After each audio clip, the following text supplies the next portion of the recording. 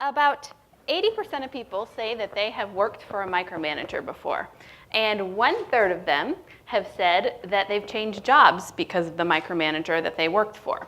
Now, it's really fun to talk about other people being micromanagers, but today I'm going to talk about your inner micromanager. So, this is my son. I have some friends that are behavioral scientists who had kids before me, and they told me that one of the most humbling things that you can do as someone that's an expert in behavior is have a kid. And I'm only 5 months in, and I unequivocally agree, and I know I haven't seen anything yet. My micromanager has never reared its ugly head as much as it has since I've been a parent. Now, obviously, my son is too young for my bullying, but I want to micromanage everyone who comes into contact with him, including my husband. Now, of course, this is because it's something that's very important to me, or at least that's what I tell myself, and that's probably what most micromanagers tell themselves when they're micromanaging. So what is micromanagement? It's really providing more management than what is necessary. Micromanagement is really different from person to person. It's hard to pinpoint it. What feels like micromanagement to one person probably doesn't feel like that to another. So if you're managing all of your people in the same way, probably chances are good that some of them are feeling micromanaged. So I'm just going to give you a couple of examples of micromanagement, and the first one is a personal one. When I first moved in with my husband, I would go and get the groceries, and I'd come home and I'd put the groceries away, and then he would re-put the groceries away. He's very particular about which way the label should face and which cans should be next to each other, and after a while of trying to learn his system of putting groceries away, I finally got to a point where I just put the groceries on the counter and said, "Honey, the groceries are here," and then walked away. I reached out to some colleagues for some other examples of micromanagement, and one colleague gave me an example of a call center that she worked in college. And so in this call center, when you would arrive at the day, in the start of the day, you would punch in a number to kind of punch in, and at the end of the day, you'd punch in a number. But you also had to punch in a number each time you went for a bathroom break and when you returned from the bathroom break. And they would publicly post how many bathroom breaks you took per day and how long they were. So this was good motivation to eat your fiber each day. Another colleague gave me an example of a CEO who was looking through emails, everyone's email before they were sent, and she was spending 5 or 6 hours a day checking everyone's emails before they were sent. So you can imagine how little work got done because of this behavior. So she's probably checking these emails thinking she wants to make sure things are going well, but actually she's making things worse in her organization by doing this. She really created a bottleneck through this. So as much as we'd like to deny it, we're all micromanagers sometimes. When we micromanage, it communicates that we don't trust people, that we think that the task isn't getting done well, but more importantly, it communicates that we care more about those details or the task than we do about the relationship. So why do we micromanage? We might micromanage if we haven't figured out how to know what's going on without directly observing. We might also micromanage if we are also being micromanaged. So we're just passing down the abuse, as Howard would say. We might also micromanage if we haven't created the conditions for our employees to tell us when things are going wrong. So we need to go and find out all the details so we can tell personally when things are going wrong. And we might also micromanage if we've been promoted to a more strategic position and the previous position of being more task-oriented was more reinforcing. And lastly, if we're too busy, then we're probably not spending time being strategic, and instead we're getting ourselves into the weeds. So micromanaging can also be really reinforcing. There's immediate reinforcement in micromanagement because as soon as we tell someone to do something, they probably do it and it gets done, right? So we're getting this immediate reinforcement similar to something like smoking or drinking too much or eating unhealthy food, but it creates this long-term damage for us. On the other hand, thoughtful, strategic leadership probably isn't very reinforcing on the short term. you have to start to learn to derive reinforcement from seeing other people be successful. And that can be really difficult to do if you work in an environment that's mostly run on negative reinforcement and punishment. So you kind of have to put that umbrella up and block all that other stuff that's coming down and focus on the long term and put some little reinforcers in the way for you along the way. So how do you know if you're micromanaging? If you feel like you're doing more work than anybody else around you, you're probably micromanaging. If you feel annoyed if people don't run decisions by you all the time, you're probably micromanaging. If you are spending a lot of time looking at other people's tasks and you know all the details of your people's tasks, then you're probably micromanaging.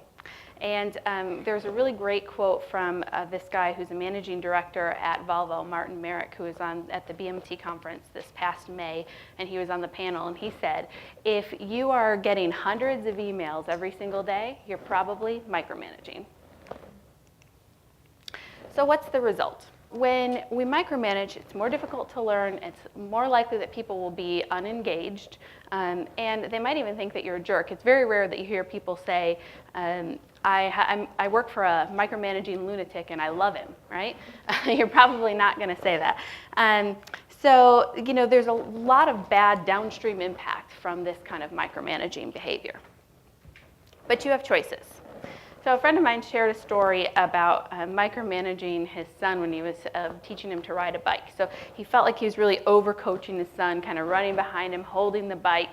He didn't want to take off the training wheels, was trying to wait as long as possible to take off the training wheels.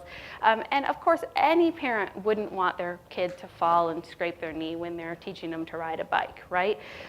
But this kind of stuff creates more stress, both for the parent and probably even more so for the child. Right? And at the end of the day, your kid is probably riding a bike, but it's really up to the choices that you make, whether or not it was a fun experience for them or whether or not it was a stressful experience for them and they never want to learn something from you again. And so there really are a lot of choices that we have instead of micromanaging. So our choices are to let the person experience those natural consequences, to wait, and maybe we can micromanage again later. If it's something that comes up a lot, there'll be another opportunity down the road. We can also try to think about some other strategies to kind of shape this behavior that are more kind of strategic and thoughtful coaching strategies.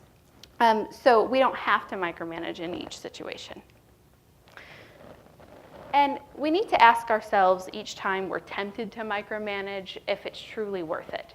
If fixing this one small detail now is worth that long-term damage later. So how do we lead without micromanaging?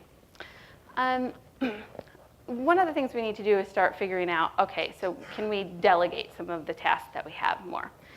Maybe we need to start asking for more feedback as well. Although I would suggest that people who micromanage a lot probably don't ask for very much feedback, right?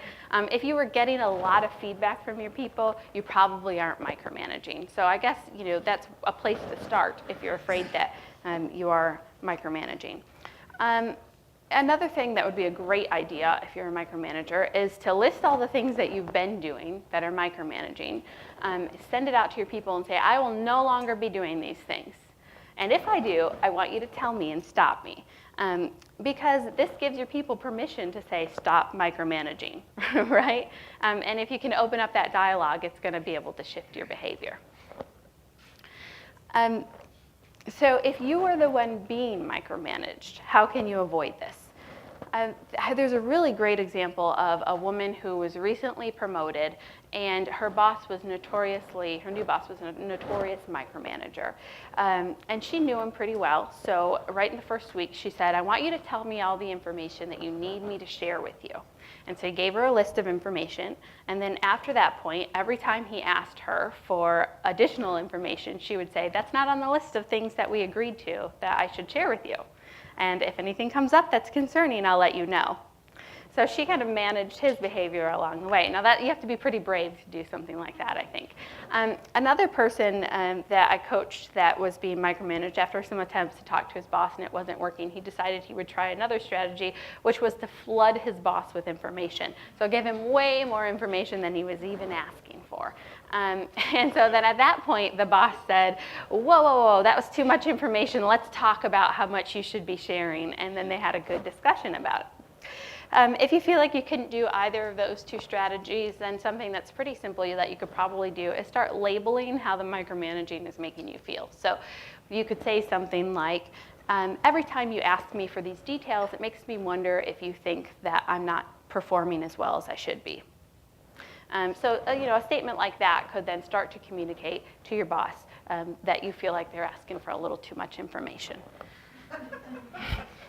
I just had to put that picture in there. It doesn't really relate to what I'm going to talk about here, but so how do you create the conditions for success? In order to be a great leader or a great parent or a great spouse, we have to get rid of some of our bad behaviors. And in order to do that, we need to start thinking about what's that long-term thing that we want to happen, and get our behavior to move in that direction, which can be pretty difficult.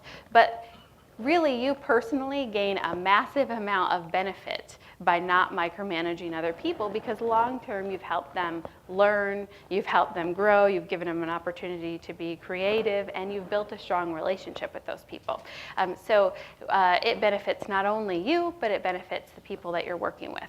And so I would argue that one of the ways to create the conditions for success is to let people do their job and give them the opportunity to experience success, and give them the space to experience success rather than worrying about all of those little details.